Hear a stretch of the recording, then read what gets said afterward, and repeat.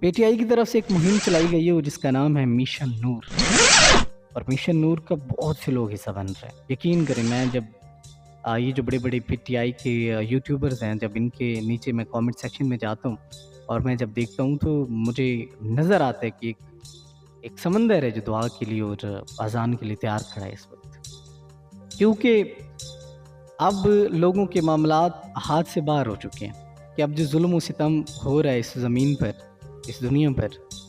شاید اس کے لیے یہ تمام چیزیں جو ہیں وہ کر رہے ہوں گے۔ اور یہ پی ٹی آئی والوں نے باقاعدہ سے اس بات کو کنفرم بھی کی ہے کہ ضروری نہیں ہے کہ ہم نے عمران خان کے لیے کرنی، عمران خان کے لیے بھی دعا کرنی ہے، لیکن ہم نے اس دنیا میں جو ظلم و جبر ہو رہا ہے،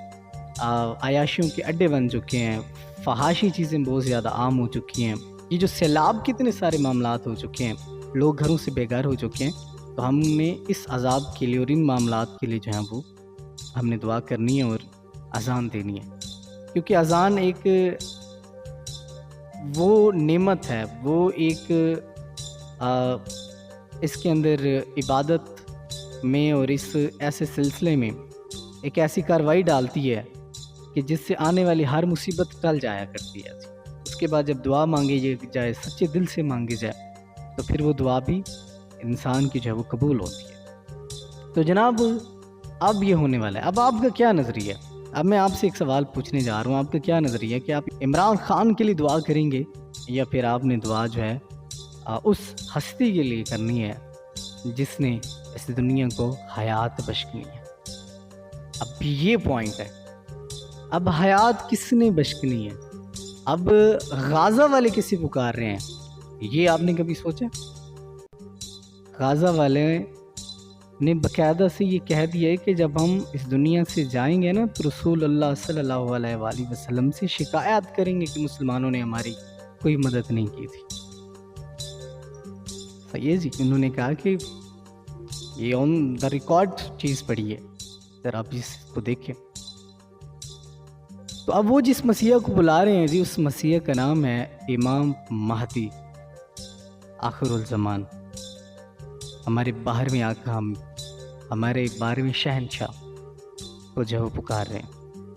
اور آپ کو بھی چاہیے، وہ تمام وہ لوگ جو آخر الزمان کے ناصرینوں میں شامل ہونا چاہتے ہیں، وہ لوگ جو چاہتے ہیں کہ ہم بھی امام مہدی کی جو ہیں وہ صف میں کھڑے ہوں، اس کے پیچھے کھڑے ہوں، اس کے جنگ دستے میں کھڑے ہوں، تو آپ نے ان کے لیے جو ہے ضرور دعا کرنی ہے کہ وہ جلد سے جلد دنیا پر تشریف لے کر آئیں جی، تاکہ اس دنیا پر امن ہو سکے،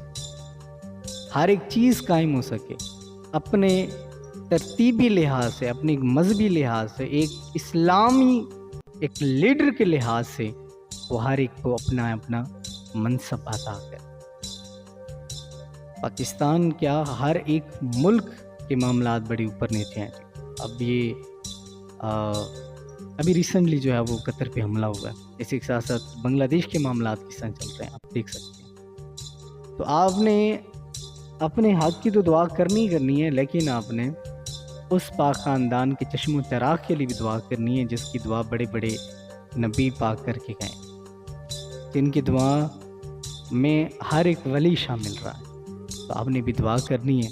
تاکہ صرف پاکستان میں نہیں، اس پوری دنیا کو ایک لیڈر مل جائے، اس امت مسلم کو لیڈر بن جائے، اور سبھی ایک جھنڈے کے نیچے آ جائیں اور کوئی کسی کا کوئی خلاف نہ ہو، ہر طرف امن پھیل جائے۔ اگر آپ نے ابدی امن چاہنا ہے تو آپ نے اس سرکار کے لیے ضرور دعا کرنی ہے۔ جاتے جاتے ایک شعر کہ میں بیمار عشق ہوں جعفر، میرے مسیحا سے یہ کہہ دو، تیری دیدہ میری دوا ہے، جانے تم کب آؤ گے، جانے تم کب آؤ گے۔